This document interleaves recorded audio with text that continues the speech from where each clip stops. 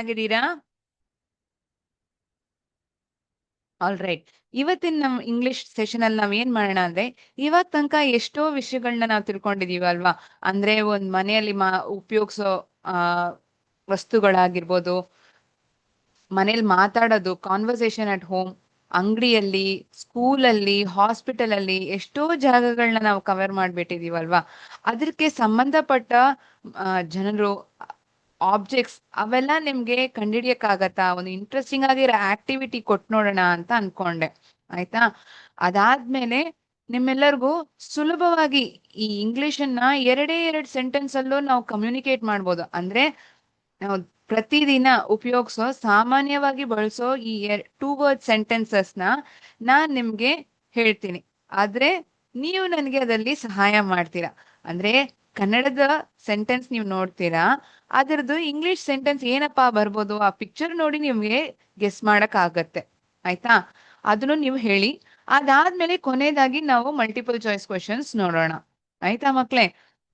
ಆಯ್ತು, ನಾನು ಸ್ಕ್ರೀನ್ ಅನ್ನ ಶೇರ್ ಮಾಡ್ಕೊಳ್ತೀನಿ. ಒಂದ್ ನಿಮಿಷ. ಮೊದ್ಲು ನಾವ್ ಏನ್ ಮಾಡ್ಬಿಡೋಣ, ನಿನ್ನೆ ಕ್ಲಾಸ್ ಅಲ್ಲಿ ನಾವ್ ಏನ್ ಮಾಡಿದ್ವಿ ಹೇಳಿ ನೋಡೋಣ. ಕರೆಕ್ಟ್. ಆ ಪ್ರಶ್ನೆಗೆ ಇಂತಹ ಸಂದರ್ಭಗಳಲ್ಲಿ ಯಾವ್ಯಾವ ಪ್ರಶ್ನೆ ಪದಗಳನ್ನ ನಾವು ಬಳಸ್ತೀವಿ ಅಂದ್ರೆ WH ಬೇಸ್ ಕ್ವೆಶನ್ಸ್ ಆಗಿರ್ಲಿ, ಡೂ, ಡಸ್, ಡಿಡ್, ಇದೆಲ್ಲ ಎಲ್ಲಿ ಉಪಯೋಗಿಸ್ಬೇಕಂತ ನೋಡಿದ್ವಲ್ಲ, ನೆನ್ಪಿದ್ಯಾ? Very good. ಹಾಗಿತ್ತಂದ್ರೆ ಇವಾಗ ನಾನ್ ಕೊಡೋ ಸೆಂಟೆನ್ಸ್ ಗಳಿಗೆ ಯಾವ ಪ್ರಶ್ನೆ ಪದಗಳನ್ನ ನಾವು ಬಳಸ್ಬೇಕಂತ ನೀವು ಕ್ವಿಕ್ ಆಗಿ ಐಡೆಂಟಿಫೈ ಮಾಡ್ಬಿಡಿ. ಅದಾದ್ಮೇಲೆ ಆಬ್ಜೆಕ್ಟ್ಸ್, ಪೀಪಲ್ ಅರೌಂಡ್ ಅಸ್, ಆ ಇಂಟ್ರೆಸ್ಟಿಂಗ್ ಆಗಿ ಗೇಮ್ಗೆ ನಾವು ಹೋಗೋಣ. ಆಯ್ತಾ? ನಾನು ಸ್ಕ್ರೀನ್ ಅನ್ನ ಶೇರ್ ಮಾಡ್ತೀನಿ ಈಗ.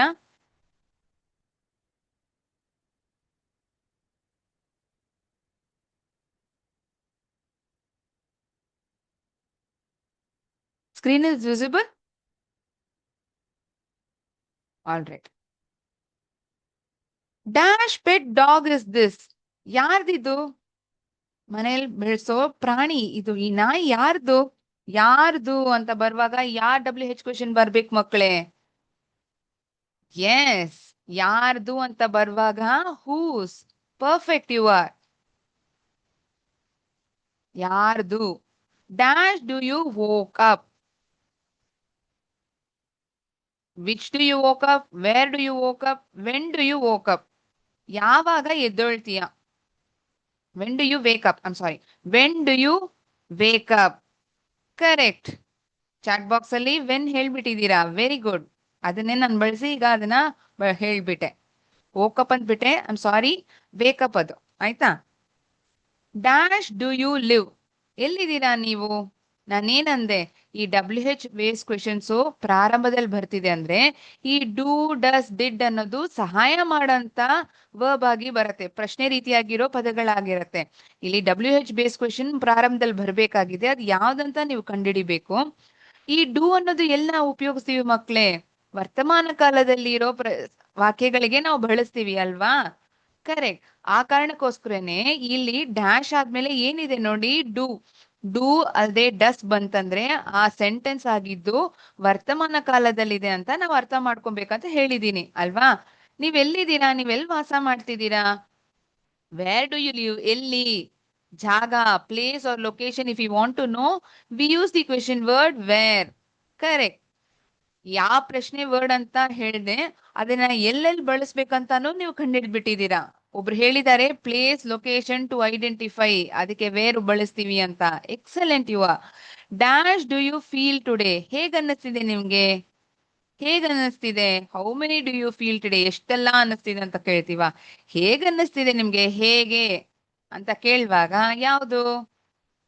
ನಂಗೆ ತುಂಬಾ ಸಂತೋಷವಾಗಿ ಅನ್ನಿಸ್ತಿದೆ, I am feeling very happy today. ಅದು ನೀವ್ ಹೇಳೋ ಉತ್ತರ. ಹೇಗ್ ಅನ್ನಿಸ್ತಿದೆ ಅಂತಂದ್ರೆ how.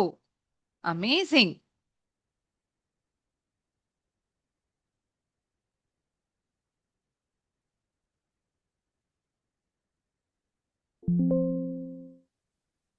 Dash tells you stories?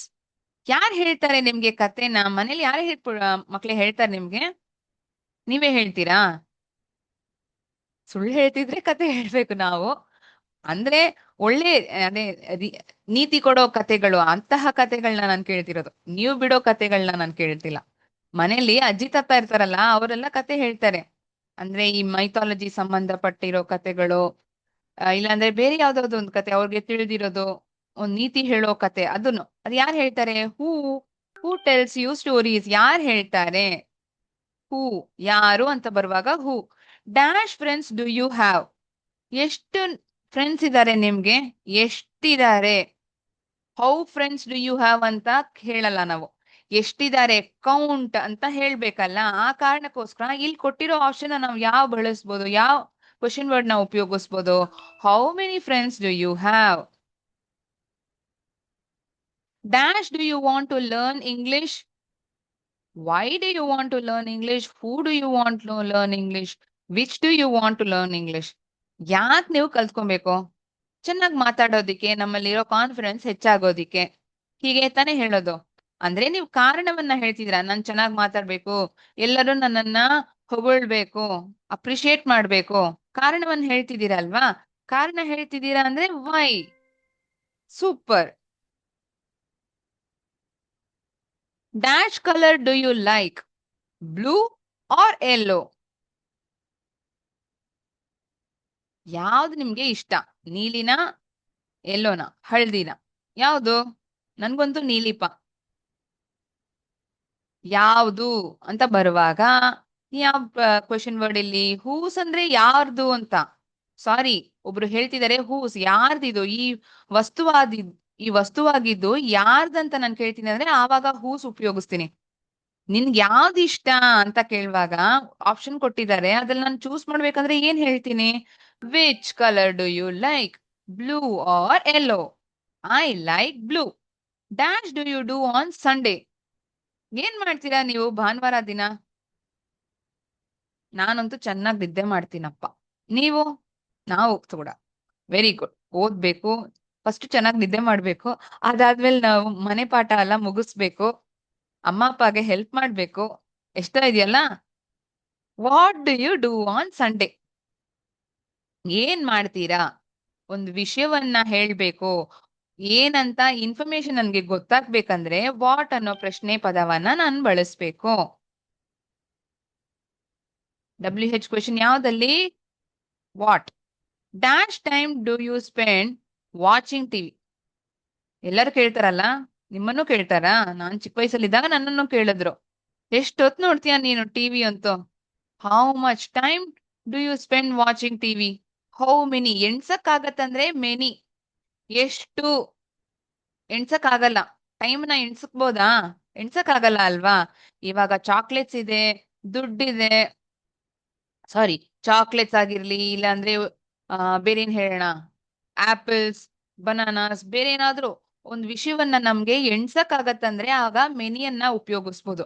ಎಷ್ಟು ಅದು ಅನ್ಕೌಂಟಬಲ್ ಆಗಿದೆ, ಎಣ್ಸಕ್ ಆಗಲ್ಲ ಅಂತ ಹೇಳುವಾಗ ಮಚ್ ಅನ್ನೋ ಪದವನ್ನ ಬಳಸ್ತೀವಿ. How much time do you spend watching TV? ಎಷ್ಟೊತ್ತು ನೀನ್ ಟಿವಿ ನೋಡ್ತೀಯಾ? ಕಮ್ಮಿ ಮಾಡ್ಕೋ.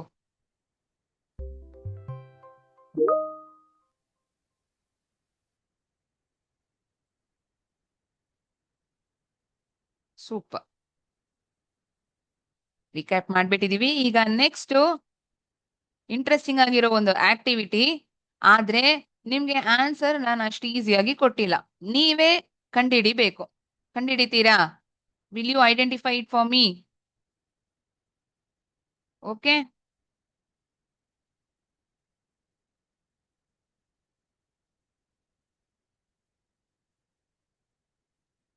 ಫೈನ್.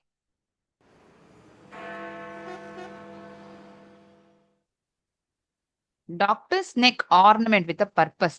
ಈ ಡಾಕ್ಟರ್ ಹಾಕೋ ಕತ್ತಲ್ಲಿ ಒಂದು ಆರ್ನಮೆಂಟ್. ಏನ್ ಆರ್ನಮೆಂಟ್ ಹಾಕೊಂಡ್ ಬರ್ತಾರೆ? ಗೋಲ್ಡ್ ಚೈನಾ? ಆಹಾ, ಇದೇನಿದು? ಈ ಪಿಕ್ಚರ್ ನೋಡಿದ್ರೆ ಗೊತ್ತಾಗ್ಬೇಕಲ್ಲ. ಸ್ಟೆಥೋಸ್ಕೋಪ್. Very good.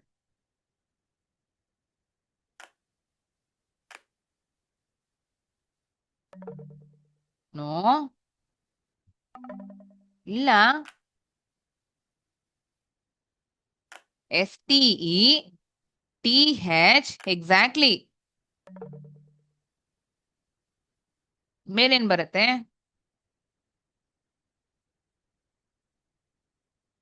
ಎಸ್. ಆಹಾ. ಈ ಇಲ್ವಾ? ಹಾ, ಮರ್ತೋಗ್ಬಿಟ್ಟಿದ್ದೀರಾ? Stethoscope, STETHO,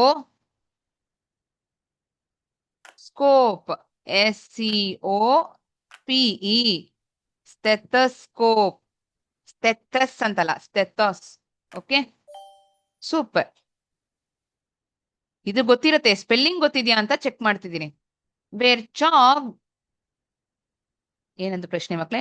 wear chalk goes to disappear, ಇಲ್ಲಿ ಹೋದ್ರೆ ಚಾಕ್ ಡಿಸಪಿಯರ್ ಆಗ್ಬಿಡತ್ತೆ. ಅಂದ್ರೆ ಇದ್ರಲ್ಲಿ ಬರೀತಾರೆ, ಚಾಕ್ ಕಮ್ಮಿ ಆಗ್ತಾನೆ ಬರುತ್ತೆ. ಎಲ್ಲದು? ಪಿಕ್ಚರ್ ನೋಡಿದ್ರೆ ಗೊತ್ತಾಗ್ತಿದ್ಯಾ? ಹಾ, ಕಪ್ಪು ಬಣ್ಣದಲ್ಲಿ ಇದೆಯಲ್ಲ, ಆದ್ರೆ black board. Exactly, black board.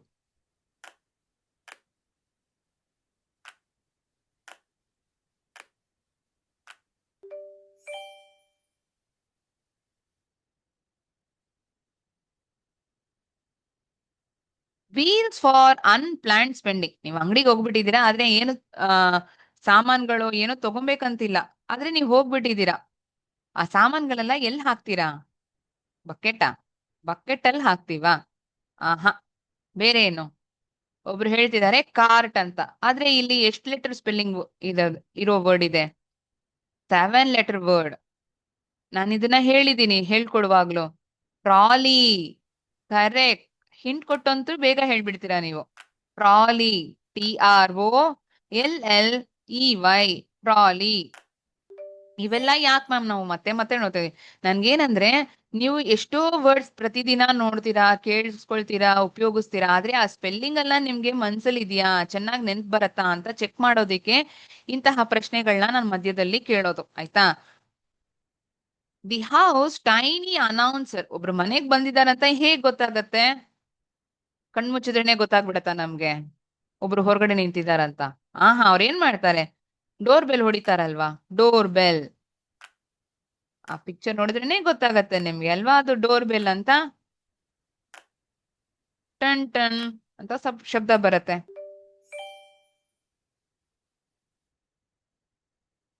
Colourful pages with content. ಆಹಾ, ಬಣ್ಣದಲ್ಲಿ ತುಂಬಿರತ್ತೆ, ಎಷ್ಟೋ ವಿಷಯಗಳನ್ನು ಅದು ನನ್ ಕೊಡತ್ತೆ. It gives me lot of information filled in with lot of colourful pages. What is it? ಕಾಮಿಕ್ಸಾ? ಆಹಾ, ಇಲ್ಲಿ ಬೇರೆ ಹಿಂಟ್ ಕೊಟ್ಟಿದ್ದೀನಿ ನೋಡಿ. ಅದ್ ಏನದು? English, maths, physics, chemistry, history, literature, geography, ಅವೆಲ್ಲ ಏನು? ನಮ್ ಪಾಠ ಪುಸ್ತಕಗಳು, ಟೆಕ್ಸ್ಟ್ ಬುಕ್. ಕಾಮಿಕ್ ಅಲ್ಲ ಮಕ್ಳೇ. ಅದು ನೀವು ನಿಮ್ಗೆ ಹೆಚ್ಚಾಗಿರೋ ಸಮಯ ಸಿಗುವಾಗ ನೀವು ನೋಡ್ತೀರಾ, ಓದ್ತೀರಾ. But it gives us content. ಹೌದು, ಅದು ಕಂಟೆಂಟ್ ಅನ್ನ ಕೊಡತ್ತೆ. But depending upon the picture given over here, it is the text book. Correct. It sings after every sale. ಹಾಡತ್ತಾ? ಇವಾಗ ಒಂದ್ ಸಾಮಾನನ್ನ ತಗೊಂಡ್ಬಿಟ್ಟಿದ್ದೀರಾ, ಆ ಅಂಗಡಿಯವ್ರು ಏನ್ ಮಾಡ್ತಾರೆ, ಒಂದ್ ಬಿಲ್ ಅನ್ನ ಕೊಡ್ತಾರೆ, ಆದ್ರೆ ಅವ್ರು ಅದನ್ನ ಸೇಫ್ ಆಗಿ ಇಟ್ಕೊಳ್ತಾರೆ. ಅವ್ರು ಒಂದ್ ಬರ್ಕೊಳ್ತಾರೆ, ಎಷ್ಟು ಸಾಮಾನ್ಗಳನ್ನ ನಾನು ಕೊಟ್ಟಿದ್ದೀನಿ, ಇಲ್ಲ ನಾನು ಈ ತಿಂಗಳು ನನ್ಗೆ ಆಗಲ್ಲ, ನಾನು ಮುಂದಿನ ತಿಂಗಳು ಕೊಡ್ತೀನಿ, 2ನೇ ತಾರೀಕು ಕೊಡ್ತೀನಿ ಅಂತ ಹೇಳಿದ್ರೆ ಅವ್ರು ಏನ್ ಮಾಡ್ತಾರೆ, ಒಂದ್ ಪುಸ್ತಕದಲ್ಲಿ ಬರ್ಕೊಳ್ತಾರೆ. ಅದೇನದು? Cash register. Perfect.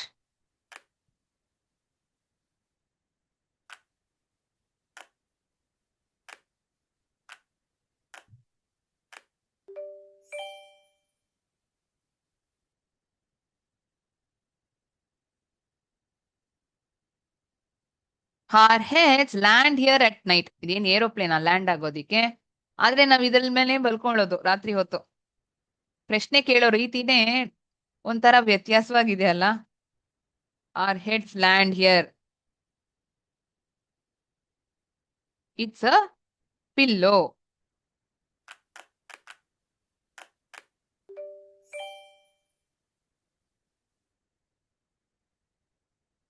A seat that prefers rolling. ಪಾಪ ನಡಿಯಕ್ಕಾಗಲ್ಲ ಅವ್ರಿಗೆ, ಆಕ್ಸಿಡೆಂಟ್ ಆಗಿರ್ಬೋದು, ಅಲ್ಲದೆ ಅವ್ರಿಗೆ ನಡಿಯಕ್ಕಾಗಲ್ಲ, ಅವ್ರು ಇದನ್ನ ಬಳಸ್ತಾರೆ ಮಕ್ಳೇ. ಏನದು? ಅದಕ್ಕೆ 2 ಕಡೆ ನೋಡಿ ವೀಲ್ಸ್ ಇದೆ. Wheelchair. Very good. Wheelchair it is. Commonly we can see it in hospital. S.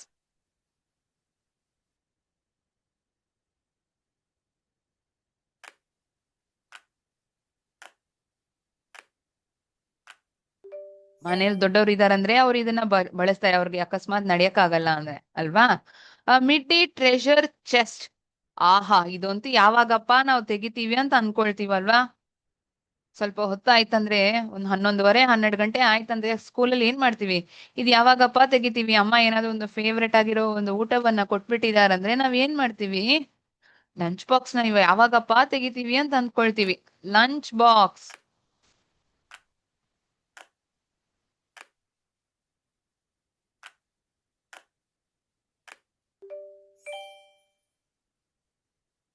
One last word we'll see. Turns questions into homework. Who turns it? Nana. Nana, Niva. This person turns questions into homework. ಕೇಳೋ ಪ್ರಶ್ನೆಗಳನ್ನ ಮನೇಲಿ ಹೋಗಿ ಮಾಡಿ ಅಂತ ಹೇಳ್ತಾರೆ, ಮನೆ ಪಾಠವಾಗಿ ಮಾಡಿ ತಗೊಂಡ್ ಬನ್ನಿ ಅಂತ ಹೇಳ್ತಾರೆ. ಯಾರವರು? Teacher. Now we are moving on to people around us, much familiar for us, right? Teacher.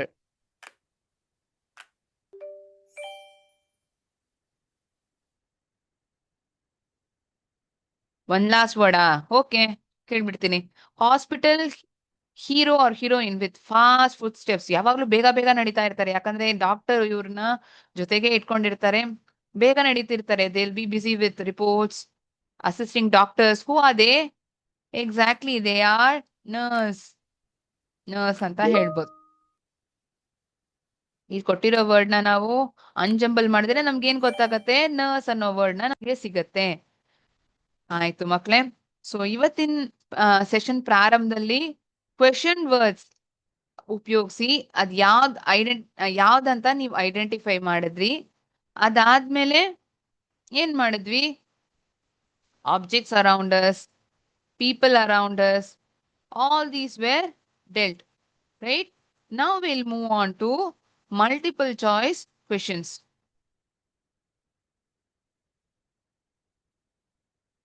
ಒಬ್ರು ಹೇಳ್ತಿದ್ದಾರೆ, 2 word sentences ತೋರಿಸ್ತೀನಿ ಅಂತ ಹೇಳಿದ್ರಲ್ಲ ಮ್ಯಾಮ್ ಅಂತ. Okay, let me show it and then move on to multiple choice questions. Okay, I thought we are running short of time. No issues. We can see few sentences, 2 word sentences in Kannada, and how do you tell it in English? ಎಷ್ಟು ಬೆಲೆ? ಎಷ್ಟು ಬೆಲೆ? How much? What's the price? How much? Correct. What's the price? How much? ಎಷ್ಟು? ಪುಸ್ತಕ ತೆರೆ. Open the book.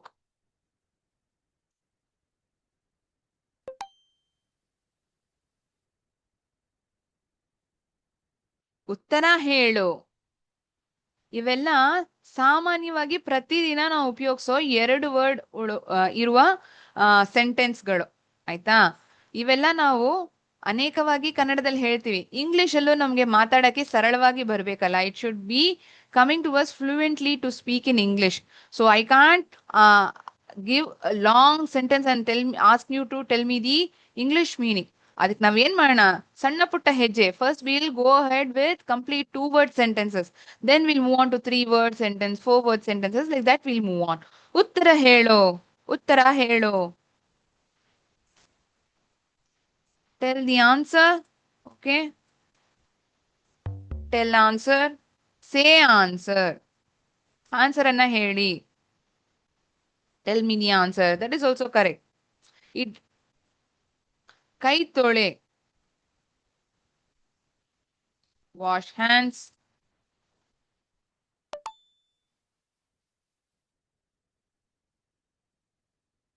ಊಟ ಆಯ್ತಾ? Had your food? Had lunch? Or had your food? Had lunch? ಯಾವ್ದು ಸರಿ ಇದೆ ಅಂತ ಹೇಳತ್ ನೋಡೋಣ.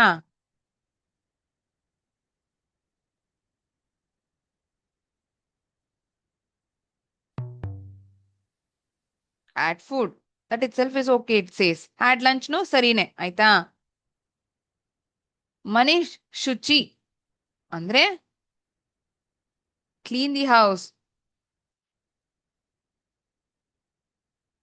Clean house, clean the house. Clean the house. It is asking us to tell in proper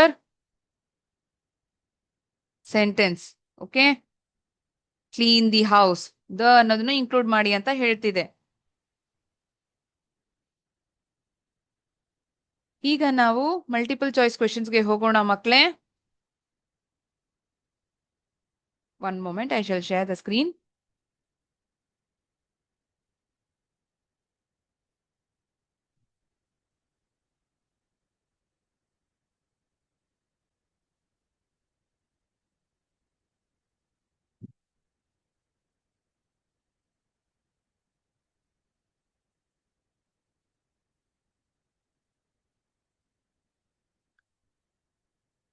Which part of a flower converts into a fruit after fertilization? ಅಂದ್ರೆ ಈ 10 ಪ್ರಶ್ನೆಗಳು ಹೇಗಿರತ್ತಂದ್ರೆ science, maths, English, ಆಮೇಲೆ 4 ಪ್ರಶ್ನೆಗಳು ಕ್ರಿಟಿಕಲ್ ಥಿಂಕಿಂಗ್. ಆ pattern ಅಲ್ಲಿ ಇರುತ್ತೆ. ಸಾರಿ, ನಾನು ಅದನ್ನ ಫಸ್ಟ್ ಹೇಳೋಕೆ ಮರ್ತೋಗ್ಬಿಟ್ಟೆ. ಸೊ 10 ಪ್ರಶ್ನೆಗಳು. ಪ್ರಶ್ನೆ ನಂಬರ್ ಪಕ್ಕದಲ್ಲಿ ಆನ್ಸರ್ ಮಾತ್ರ ಹೇಳಿದ್ರೆ ಸಾಕು. ಸೊ ಫಸ್ಟ್ ಬರೋದು science, maths, English, critical thinking. ಆಯ್ತಾ? ಮೊದಲನೇ ಪ್ರಶ್ನೆ ಸೈನ್ಸ್ ಸಂಬಂಧಪಟ್ಟಿರೋ ಪ್ರಶ್ನೆ. Which part of a flower converts into fruit after fertilisation? ಫಲೀಕರಣದ ನಂತರ ಹೂವಿನ ಯಾವ ಭಾಗವು ಹಣ್ಣಾಗಿ ಮಾರ್ಪಡುತ್ತದೆ? ಎಸಳು, ಅಲ್ಲದೆ ದಳ, ಅದನ್ನ ನಾವು ಇಂಗ್ಲಿಷ್ ಅಲ್ಲಿ ಏನೇ ಅಂತೀವಿ? ಪೆಟಲ್. ಪುಂಕೇಸರ, ಸ್ಟೆಮನ್. ಅಂಡಾಶಯ, ಓವರಿ. ಪುಷ್ಪಪತ್ರ, sepal.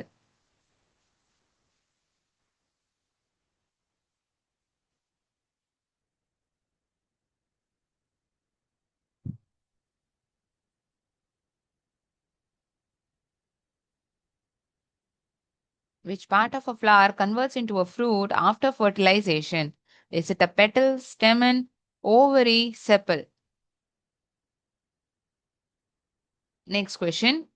Which of the following methods is most suitable to separate tea leaves from prepared tea? ತಯಾರಿಸಿದ ಚಹಾದಿಂದ ಚಹಾದ ಎಳೆಗಳನ್ನು ಪ್ರತ್ಯೇಕಿಸಲು ಈ ಕೆಳಗಿನವುಗಳಲ್ಲಿ ಅತ್ಯಂತ ಸೂಕ್ತವಾದ ವಿಧಾನ ಯಾವುದು? Decantation, filtration, evaporation, threshing.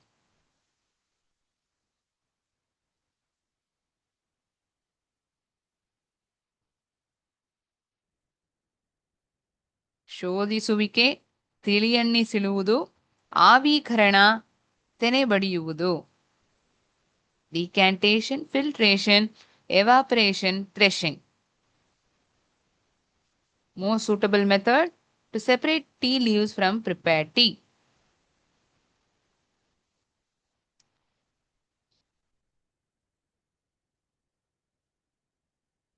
A ray has, next we are moving on to max question. A ray has ಒಂದು ಕಿರಣಕ್ಕೆ ಎಷ್ಟು ಅಂತ್ಯಬಿಂದುಗಳಿರುತ್ತವೆ? ನೋ ಎಂಡ್ ಪಾಯಿಂಟ್, ಯಾವುದೇ ಅಂತ್ಯಬಿಂದು ಇರುವುದಿಲ್ಲ. 1 ಎಂಡ್ ಪಾಯಿಂಟ್, ಒಂದು ಅಂತ್ಯಬಿಂದು. 2 ಎಂಡ್ ಪಾಯಿಂಟ್ಸ್, 2 ಅಂತ್ಯಬಿಂದುಗಳು. 3 end points, 3 ಅಂತ್ಯಬಿಂದುಗಳು.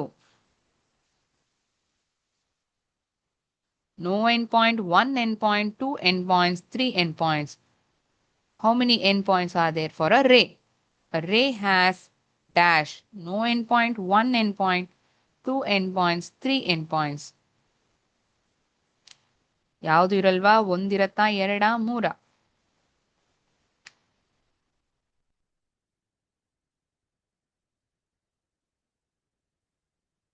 ಮುಂದಿನ ಪ್ರಶ್ನೆ. Which of the following has no end point?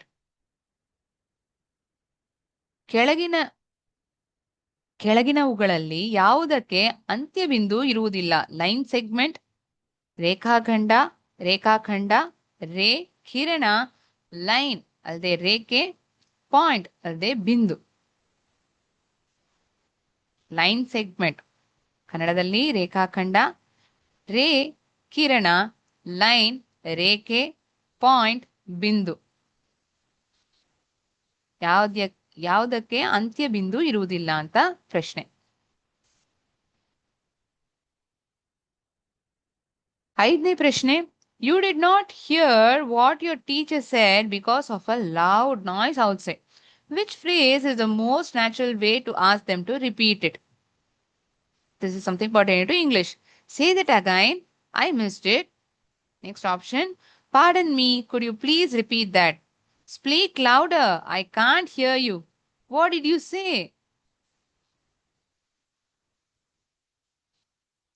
ಇಲ್ಲಿ ಯಾವ sentence ಇಲ್ಲಿ ಸೂಕ್ತವಾಗಿರುತ್ತೆ?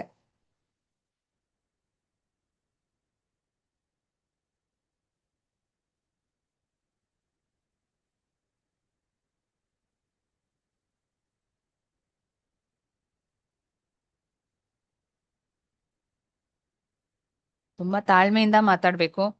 ಒಬ್ಬರನ್ನ ಜೋರಾಗಿ ಬೈಯೋ ರೀತಿಯಾಗಿ ಮಾತಾಡೋಂಗಿಲ್ಲ. When you ask something, how will you ask? ಈ 4 ಆಪ್ಷನ್ ಅಲ್ಲಿ ಯಾವ್ದು ಚೂಸ್ ಮಾಡ್ತೀರಾ? Which one you feel it is the best one? 6ನೇ ಪ್ರಶ್ನೆ.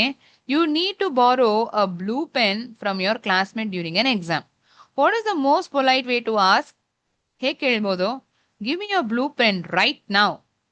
Do you have an extra blue pen I could borrow, please? I lost my pen. Hand yours over. Can I take your pen? You aren't using it.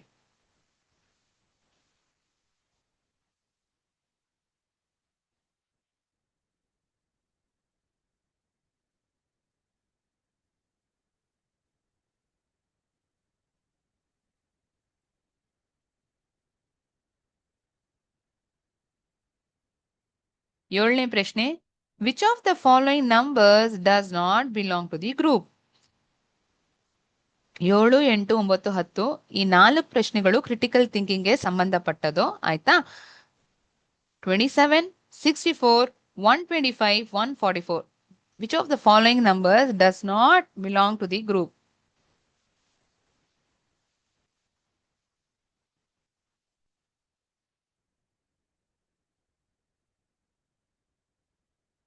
ಸಂಬಂಧ ಪಡದೇ ಇರೋ number ಈ 4 ನಂಬರ್ಗಳಲ್ಲಿ ಯಾವುದು?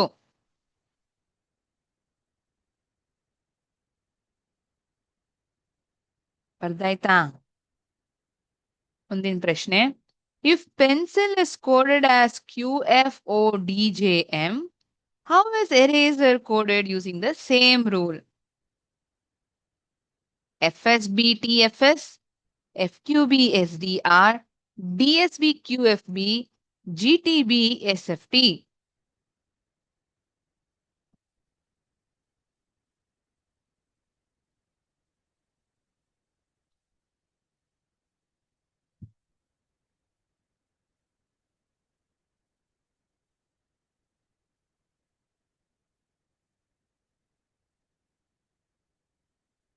ಯಾವ್ದೋ ಒಂದು logic base ಮಾಡಿನೇ ಇದನ್ನ ಡಿಕೋಡ್ ಮಾಡಿದಾರಲ್ವಾ?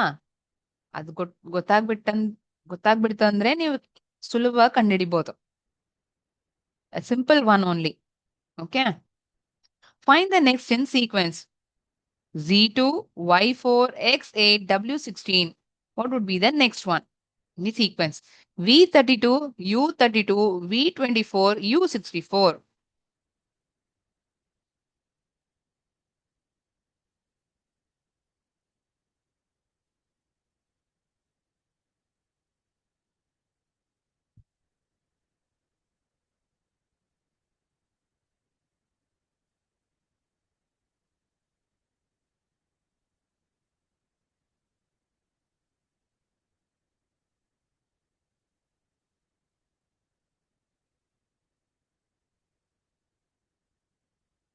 ಹತ್ತನೇ ಪ್ರಶ್ನೆ, ಕೊನೆ ಪ್ರಶ್ನೆ ಮಕ್ಕಳೇ.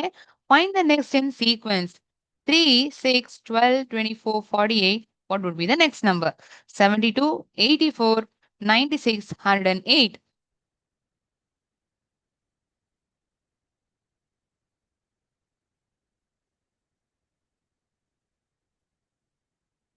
ಯಾವ ಪ್ಯಾಟರ್ನ್ ಅಲ್ಲಿ ಕೊಟ್ಟಿದಾರಂತ ನೋಡ್ಬಿಟ್ರೆ ನಮ್ಗೆ ಈಸಿಯಾಗಿ ಆನ್ಸರ್ ಅನ್ನ ಕಂಡುಹಿಡಿಬಹುದು.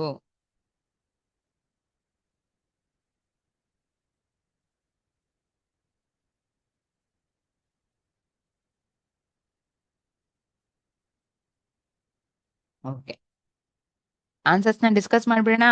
ನೀವು ಬರ್ದಿರೋ ಆನ್ಸರ್ಸ್ ಸರಿ ಇದೆಯಾ ಅಂತ ನೋಡ್ತೀರಾ? Okay,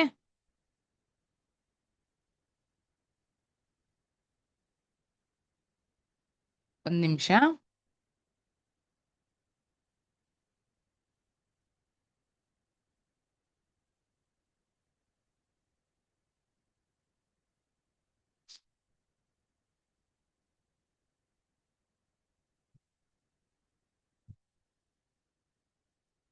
Which of the following methods is most suitable to separate? Sorry, first question ಬಿಟ್ಬಿಟ್ನಾ? Which part of a flower converts into fruit after fertilization? Petal, stamen, ovary, sepal. Which one?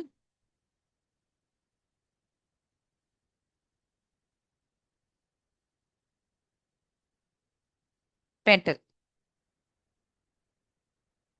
For second question, the answer is filtration. Third question, a ray has. For this question, the answer is one endpoint.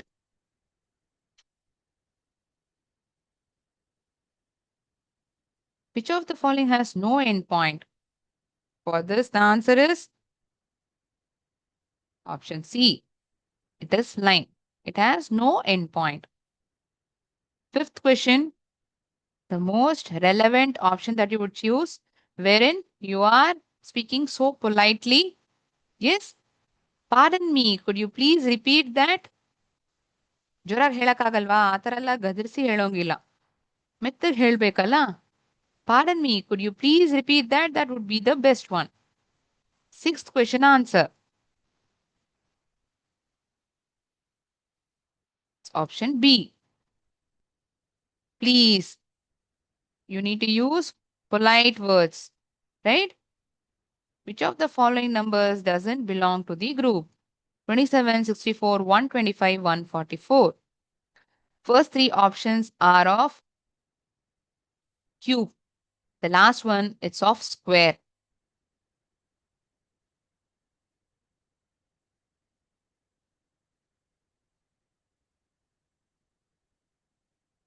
If pencil is coded as QFODJM, how is eraser coded using the same rule? So, illen madidare. After P, it is Q. So, immediate next letter is being used. After E, it is F. I'm telling for pencil, that is being coded as QFODJM. ಅದೇ ರೀತಿಯಾಗಿ eraser ನಾವು ಹೇಗೆ decode ಮಾಡ್ಬೋದು? E ಆದ್ಮೇಲೆ ಏನ್ ಬರುತ್ತೆ? F. R ಆದ್ಮೇಲೆ S. ಅಂದ್ರೆ ನಮ್ಗೆ ಇಲ್ಲೇ ಗೊತ್ತಾಗ್ಬಿಡತ್ತಲ್ಲ, ಎಲ್ಲಾ option ನೋಡ್ಬೇಕಾಗಿಲ್ಲ. First option itself, first option is the only one wherein the second letter is the consecutive letter. After R, it is S. After A, it is B. After S, it is T. After E, it is F. After R, it is S. Okay? Find the next in sequence. Z2, Y4, X8, W16. ಎಲ್ಲಾ wordings ಪಕ್ಕ ಅಂದ್ರೆ ಎಲ್ಲಾ ಅಕ್ಷರ ಪಕ್ಕನೂ ಯಾವ್ದು number ಯಾವ number ಇಂದ multiply ಮಾಡಿದ್ದಾರೆ? 2. 2 2s are 4, 4 2s are 8, 8 2s are 16, 16 2s are 32. ಇಲ್ಲಿ ಎರಡು ಆಪ್ಷನ್ ಇದೆ, B32 ಇದೆ, U32 ಇದೆ. ಹೇಗೆ ಹೋಗಿದ್ದಾರೆ? ರಿವರ್ಸ್ ಆರ್ಡರ್ ಅಲ್ಲಿ ಹೋಗಿದ್ದಾರೆ. Z, Y, X, W. V32. U, V, W, X, Y, Z. ಹಾಗೆ ತಾನೇ ಹೇಳ್ತೀವಿ. Find the next in sequence. 3, 6, 12, 24, 48. Very easy, right? It has been multiplied by 2. 48 2s are 96. That's it. Okay? I hope even you had written the same answers that I had told now. Thank you so much, children and teachers. We shall meet next week with another interesting topic in English. All right? Jai Hind, Jai Bharat, Jai Vidya Shakti. Thank you.